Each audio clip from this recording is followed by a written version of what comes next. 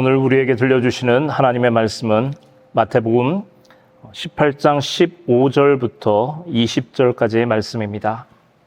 공동체 성경 읽기로 계시의 말씀을 봉독할 때 살아계신 하나님의 음성으로 들으시길 바랍니다. 네 형제가 죄를 범하거든 가서 너와 그 사람과만 상대하여 권고하라. 만일 들으면 네가 네 형제를 얻은 것이요 만일 듣지 않거든 한두 사람을 데리고 가서 두세 증인의 입으로 말마다 확증하게 하라.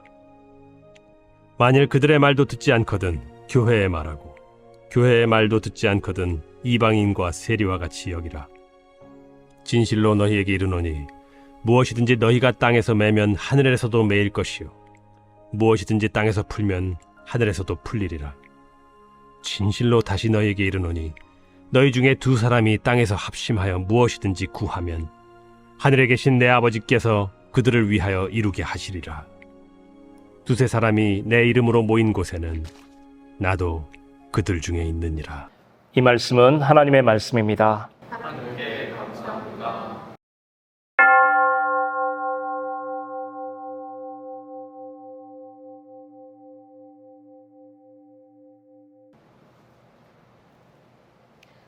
여러분이 처음 교회를 나오면 제일 먼저 제가 여러분의 소속과 이름을 묻습니다.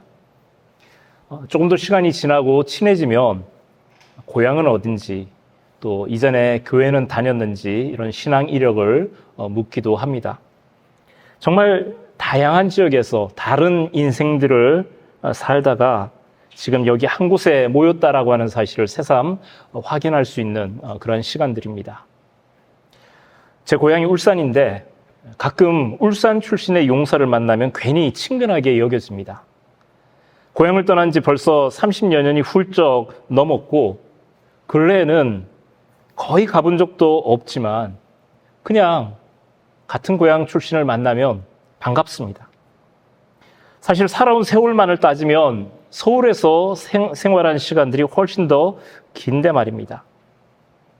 하지만 타지에서 내가 서울 사람을 만났다고 그렇게 반가운 마음이 들 것 같지는 않습니다. 왜 그럴까요? 또 다른 반가운 얼굴들이 있습니다. 가끔 서울역이나 고속버스 터미널에 갈 일이 있습니다. 거기를 가보면 휴가 나온 그 용사들을 볼 수가 있습니다. 그런데 용사들 군복에 붙은 그 부대 마크를 이렇게 보다가 1사단 마크가 붙어 있는 용사를 보게 되면 여러분들을 본 것처럼 괜스레 반갑습니다. 여러분은 어떻습니까? 아마 지금은 그렇지 않을지 모릅니다. 그런데 여러분이 전역하고 나서 시간이 좀 흐른 후에, 시간이 좀 많이 흐른 후에 1사단 출신이나 혹은 58 포병대들을 거쳐간 사람을 우연히 만나게 되면 마치 함께 근무했던 전우를 만난 것처럼 반가운 마음이 들 그때가 있을 겁니다. 알게 모르게 우리는 이런 공통점을 찾아내며 서로를 하나로 묶어서 생각하곤 합니다. 어디에 소속되어 있는지, 어떤 기억을 공유하고 있는지 서로의 접점을 찾고 연결하면서 우리는 그렇게 공동체가 되어갑니다. 특별히 힘든 경험을 함께 헤쳐나온 사람들에게는 이런 소속감이 더 강해지기 마련입니다. 팔강모에 빨간 셔츠로 각인되는 해병대는 전역 후에도 해병 전후회로 똘똘 뭉치는 모습을 볼 수 있습니다. 그만큼 쉽지 않은 시간을 함께 헤쳐나갔다라고 하는 그 공통된 경험과 기억이 그들을 하나로 뭉치게 만들기 때문입니다. 6월절이라고 하는 그런 기억이 이스라엘을 하나의 공동체로 묶었던 것도 동일한 이유에서입니다. 하지만 뒤집어 보면 이런 동질성이 사람을 하나로 묶는다는 말은 동시에 그 외의 사람들과 우리는 서로 다르다라고 하는 것을 분명히 하는 말이기도 합니다. 그래서 같은 지역 사람을 만나면 반가운 마음이 들지만 여기서 한 걸음 더 나아가서 이것이 변질되면 자칫 지역 감정이나 차별로 이어지기도 합니다. 때론 학연, 지연, 혈연 등의 패거리 문화로 얼룩지기도 합니다. 다양성을 다름이 아닌 틀림으로 바라보기 때문입니다. 서로를 연결하는 연결고리가 때로는 풀리지 않는 꼬인 매듭처럼 전체 실타래를 꼬이게 만들기도 합니다. 우리 가운데 꼬인 매듭은 무엇일까요? 오늘 말씀은 형제의 죄를 어떻게 다룰지를 말씀하고 있습니다. 여기에서 이야기하는 형제는 피를 나눈 가족으로서의 형제가 아니라 같은 신앙을 가진 교회 공동체 안에서 서로를 지칭하는 말입니다. 여기서 형제라고 하는 말은 사실은 굉장히 큰 울림이 있는 말입니다. 고대 사회에는 신분에 따라서, 직업에 따라서, 힘의 유무나 재산의 정도에 따라서 눈에 보이는 차별을 당연하게 받아들여지던 그런 계급 사회였습니다.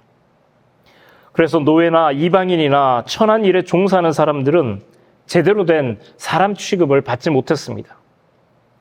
이런 사회 속에서 기독교는 차별의 벽을 무너뜨렸습니다. 모두를 하나님 앞에서 동등한 형제요 자매로 받아들였습니다. 신약 성경 중에 저 뒤쪽에 가보면 빌레몬서라고 하는 성경이 있습니다. 한 장짜리로 된 굉장히 짧은 말씀입니다. 여기에 등장하는 오네시모라고 하는 사람이 있는데 그는 빌레몬이라고 하는 사람의 종이었습니다. 나중에 바울에 의해서 회심한 후에 주인이었던 빌레몬에게는 오네시모가 형제로 받아들여지게 되었습니다. 그리고 나중에는 교회의 지도자 중에 한 사람으로 이름이 올려지기도 했습니다. 당시에 권력을 잡고 있던 사람들이 볼 때 이런 기독교를 어떻게 여겼을까요? 기존 질서를 위협하고 뒤흔드는 위험한 집단으로 보았습니다. 비천한 노예를, 평범한 사람을 황제나 귀족들과 동일한 사람으로 여기며 받아들이라는 사상은 그들의 기독권을 무너뜨리는, 위협하는 체제 전복적인 반란처럼 여겨졌기 때문입니다. 그래서 더욱더 심하게 박해했는지 모릅니다. 하지만 교회, 즉 믿음의 공동체라고 해서 그 안에 천사들처럼 완전 무결한 사람들만 있었을까요? 그렇지 않습니다. 바울 서신에 나오는 소아시아 지역의 여러 교회들의 형편을 보면 거기에도 많은 문제가 있었습니다. 성범죄를 저지르거나 이단에 빠져서 사람을 미혹하거나 돈 문제로 갈등을 일으키기도 했습니다. 서로 주도권을 잡기 위해서 편을 갈라서 대립하는 모습을 보여주기도 했습니다. 이런 상황 속에서 예나 지금이나 교회는 안과 밖의 모든 위협으로부터 살아남아야만 했습니다. 이에 대한 대책으로 복음서는 예수님의 입을 빌려서 다시 초심으로 돌아가라고 말씀을 들려줍니다. 오늘 우리가 읽은 말씀 조금 앞부분으로 돌아가면 누가 천국에서 큰 자인가를 묻습니다. 천국에서 큰 자는 강하고 힘센 사람이 아니라 어린아이와 같은 자, 다수가 아닌 소수, 큰 자가 아니라 작은 자. 바로 그들이 천국에서 큰 자라 말씀하시면서 그들을 향한 따스한 시선을 잃지 말라고 말씀합니다. 그리고 이 관점은 교회의 치리에서도 그대로 적용되어야 합니다. 치리라고 하는 말이 조금 어렵게 들리시죠? 다른 어려운 말이 아니라 잘못이나 죄를 꾸짖어서 벌을 주는 것을 교회에서는 치리라고 이야기를 합니다. 다스린다라는 이야기입니다. 오늘날에도 교회 안에서 치리의 과정이 있습니다. 교회 안에서 저지른 잘못에 대해서 판단하고 책벌하는 과정입니다. 교회법에 따라 법의 저촉 여부를 심사한 후에 그에 따른 징계가 주어집니다. 그런데 여기서만 끝난다면 사회법정과 교회가 무슨 차이가 있을까요? 심지어 요즘에는 교회 치리에 승복하지 않고 그 문제를 사회법정으로 끌고 가서 기어이 교회 밖의 판단을 받겠다는 사례가 점점 늘어가고 있습니다. 교회 결정에 대해 그 권위를 인정하지 못하겠다라는 말씀이죠. 물론 여기에는 교회의 책임도 있습니다. 그동안 좋은 게 좋은 거라고 인정에 끌려서 혹은 사랑과 용서가 먼저라고 하는 명목으로 회개 없이도 용서와 화해를 베푸는 경우가 많았습니다. 특히 힘있고 돈 있는 사람들에게는 더욱더 관대하게 처분하는 것이 아닌가라는 의심을 받기도 했습니다. 여기서 우리는 생각을 바꿔야 합니다. 교회의 치리는 우리 안에서 정의를 실현하기 위한 과정이 아닙니다. 우리는 서로를 판단하기에 불완전한 존재입니다. 우리가 내세우는 정의는 하나님의 정의라고 하는 이름을 내세우지만 사실은 우리가 생각하는, 우리가 판단하는 정의에 불과할 때가 많습니다. 우리가 가진 한계 때문에 그렇습니다. 그렇다면 무엇을 위해서 교회는 치료의 과정을 행해야 하는 것일까요? 살기 위해서입니다. 그리고 살리기 위해서입니다. 이 일을 위해서 우리는 하나님의 정의를 실현하는 것이 아니라 하나님의 정의 앞에 우리를 세워야 합니다. 오늘 말씀 중에도 몇 차례에 걸쳐 죄를 저지른 형제를 돌이키기 위해서 여러 차례 시도하는 모습을 단계적으로 밟아갑니다. 그 와중에 자신의 죄를 뉘우치고 돌아오기를 기대하는 기다림이 거기에 있습니다. 만일 그 권고의 말을 들으면 내가 내 형제를 얻을 것이라고 말합니다. 그렇습니다. 교회의 치리는 벌을 주고 끊어내고 단절하기 위한 과정이 아니라 다시 돌아오게 만들고 형제로 회복시키기 위한 일련의 과정입니다. 너와 내가 함께 살기 위한 발버둥이었습니다. 우리가 누구인지, 왜 서로를 형제로 부르는지 다시 되돌아보라는 뜻입니다. 따라서 치리의 과정은 단지 옳고 그름을 판단하는 것이 아니라 너와 나, 우리 사이에 계신 주님을 바라보고 주님 앞에 자신의 민낯을 드러내 보이도록 기회를 주는 일이기도 했습니다. 진정한 심판은 주님 앞에서 이루어질 것이기 때문입니다. 이를 위해 우리가 할 일은 죄 지은 형제를 다시 주님 앞에 서게 하고 주님의 말씀으로 스스로를 돌아보며 함께하는 삶을 회복하도록 권면하는 일입니다. 이것은 그를 살리고 동시에 우리를 살리는 일입니다. 오늘 말씀 중에 무엇이든지 너희가 땅에서 매면 하늘에서도 매일 것이요 무엇이든지 땅에서 풀면 하늘에서도 풀리리라. 진실로 다시 너희에게 이르노니 너희 중에 두 사람이 땅에서 합심하여 무엇이든지 구하면 하늘에 계신 내 아버지께서 그들을 위하여 이루게 하시리라 라고 하는 약속의 말씀이 나옵니다. 이 말씀이 어떻게 들리십니까? 한편으로는 우리가 합심해서 기도하면 무엇이든지 하나님이 다 이루어 주신다는 말씀처럼 들리기도 합니다. 틀린 말씀은 아니지만 오늘 말씀의 흐름 가운데 이런 해석은 뜬금없어 보입니다. 그렇다면 또 다른 방향에서 이 말씀을 바라보면 어떨까요? 이 말씀을 문자 그대로 받아들이면 우리와 하나님이 서로 묶여있고 연결되어 있다는 말씀입니다. 사실 하나님은 전능하신 분이기 때문에 그의 말씀으로, 당신의 말씀으로 혼자서라도 이 모든 일을 단번에 이루실 수 있습니다. 하지만 하나님은 세상을 그렇게 움직여 가시지 않으시죠. 반드시 사람을 통해 일하십니다. 우리를 통해 일하십니다. 하나님의 많은 가능성을 접어두고 우리의 움직임을 통해 하나님의 뜻을 이루어 가십니다. 얼마나 답답하겠습니까? 쉽게 행할 수 있는 것을 돌아 그렇게 어렵게 이루어 가십니다. 왜 그러셨을까요? 우리를 위해서입니다.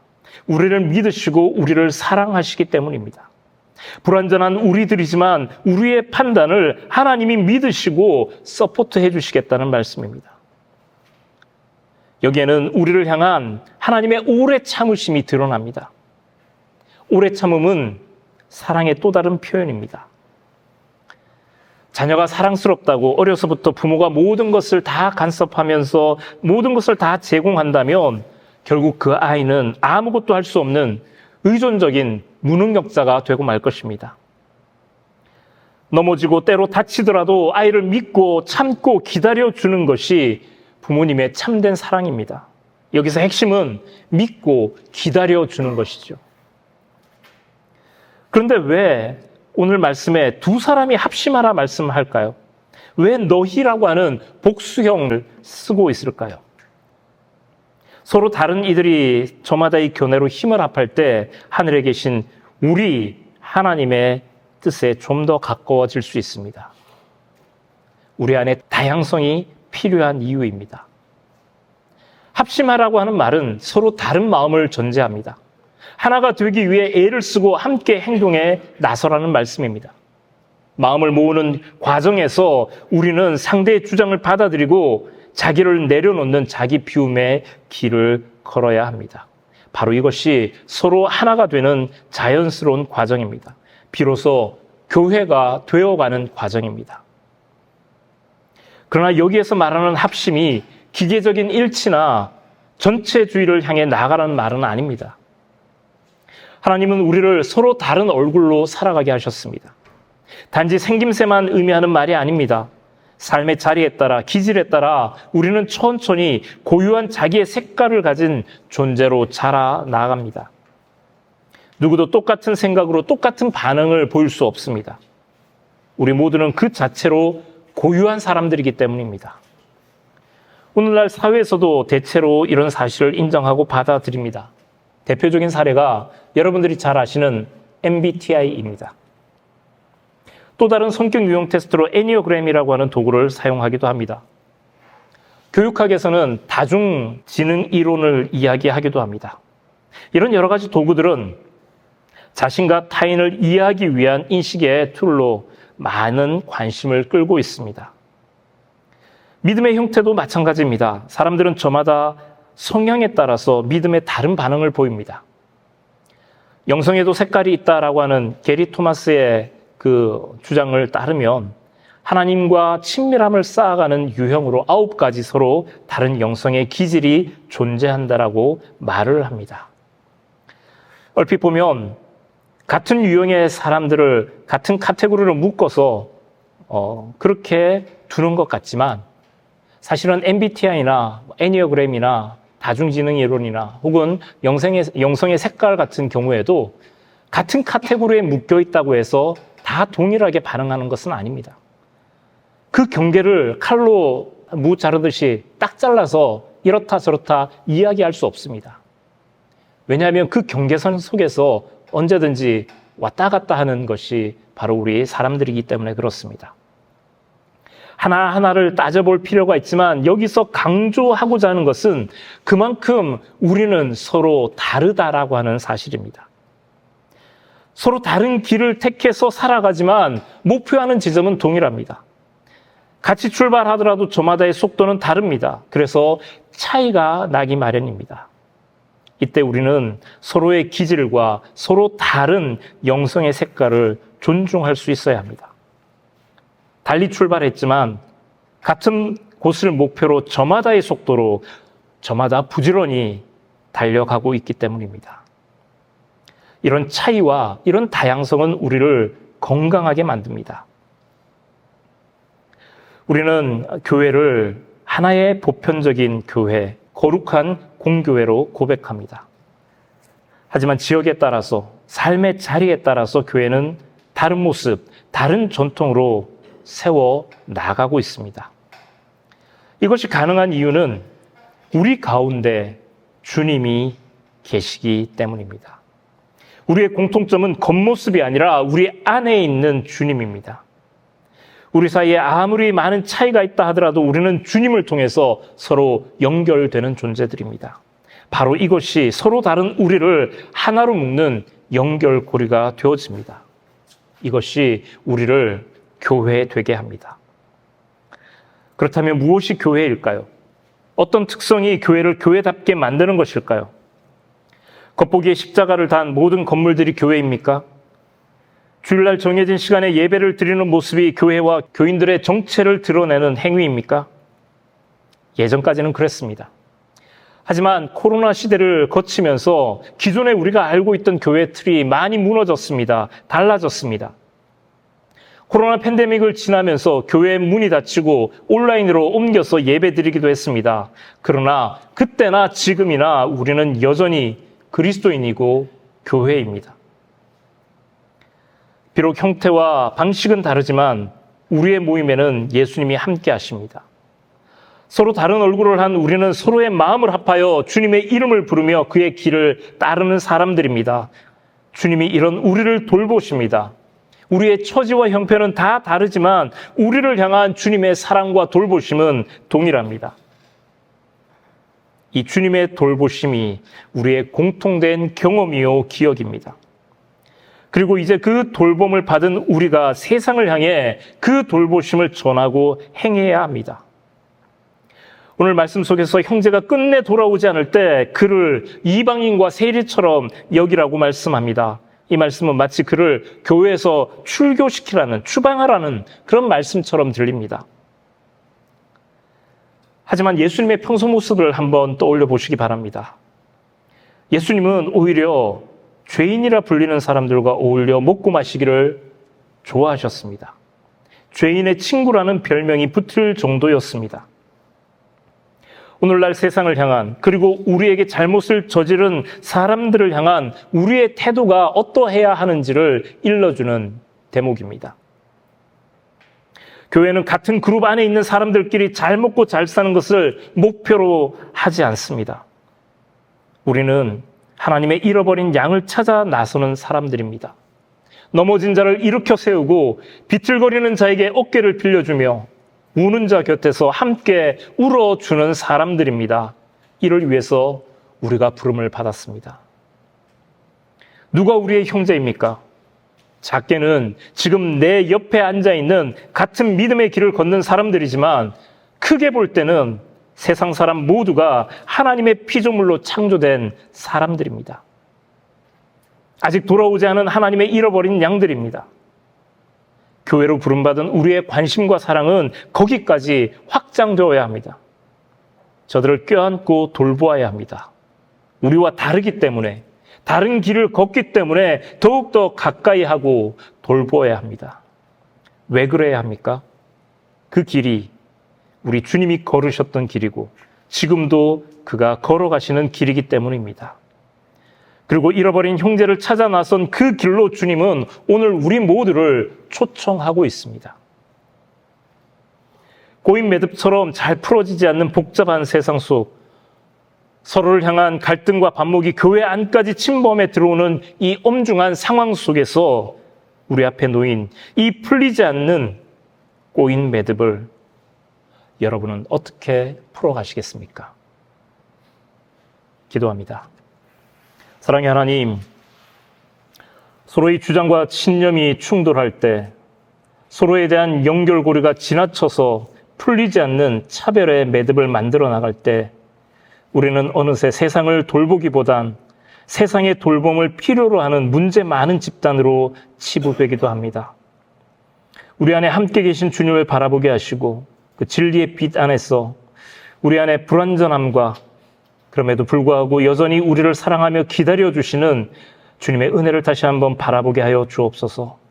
꼬인 매듭을 풀어줄 유일한 실마리이신 우리 가운데 계신 예수님께 다시 돌아가는 계기로 삼게 하여 주옵소서. 이를 통해 주님의 사랑을 온 세상에 다시 전파할 평화의 도구로 우리를 사용하여 주옵소서. 예수님의 이름으로 기도드립니다. 아멘.